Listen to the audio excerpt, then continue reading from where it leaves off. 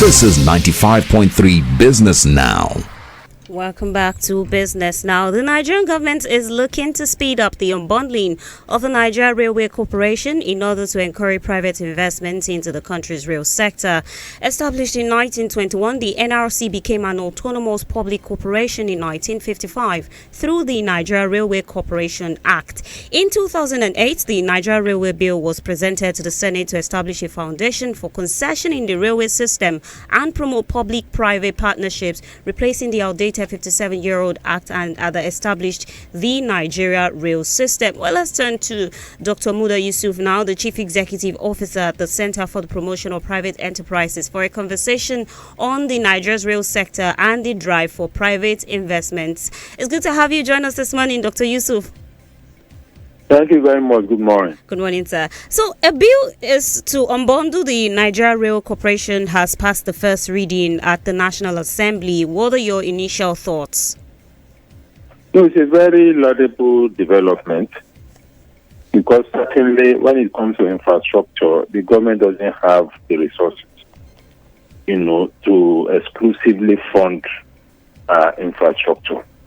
Even in our national development plan, at least about 80% of the resources for the development of the plan is supposed to come from the private sector.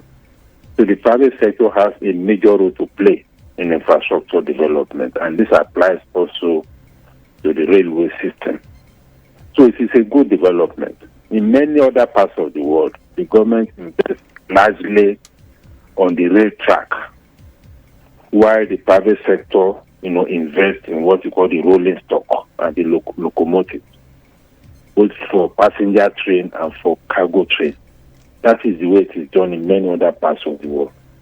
So that is the way to go. We must develop our rail infrastructure. Since you have just said that is the way to go, I wanted to ask you, is the unbundling of the NRC all that the Nigeria rail sector needs, and why? No, that is what it needs, because if you look at our transportation system, over 90% of our cargo freight is by road. That is why our roads don't last. In many other parts of the world, when you are moving cargo, I'm talking of all these trucks moving raw materials, moving containers, moving fuel, all these things are supposed to be by rail. And that will make our roads last longer, and it's also cheaper.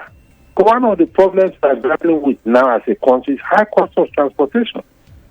And it's because over 95% of the goods that we are moving by road. The roads are not good, fuel is expensive, diesel is expensive. It's a major issue for the economy. So that is why this initiative is extremely very important. It's easier for the private sector to invest in the locomotives, in the rolling stock, while the government concentrates on providing the rail tracks. That is the way it is done in many other parts of the world, within the context of public-private partners. That is the way it works in the delivery of infrastructure. Well, very, very clear on that, Dr. Yusuf. President Buhari's government spent billions of naira in both borrowed and local monies to build some rail transport. Would you say that those rail lines actually connect to industries, the economy, and that they promote trade? Well, they have a very broad plan. We have a plan of rail connecting Lagos to Kano. We have some also moving from the east to the north. We have some going from Abuja to somewhere close to Niger border and so on. I think all of them have some good connectivity, But what is important is that we need to accelerate the investment and make those investments to be in standard gauge. Because most of what we have is still narrow gauge. Narrow gauge cannot carry much of the cargo that we are talking about. So it's still work in progress. The investment is still extremely small compared to what we need as a country. This is a very big country.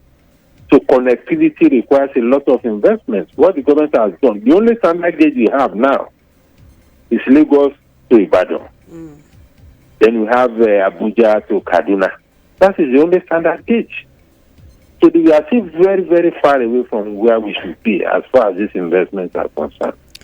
Dr. Yusuf, speaking of investment, what form of private sector investment are you looking to see in our rail transportation sector, and how quickly should this happen? Well, it will happen as quickly as the rail tracks are available.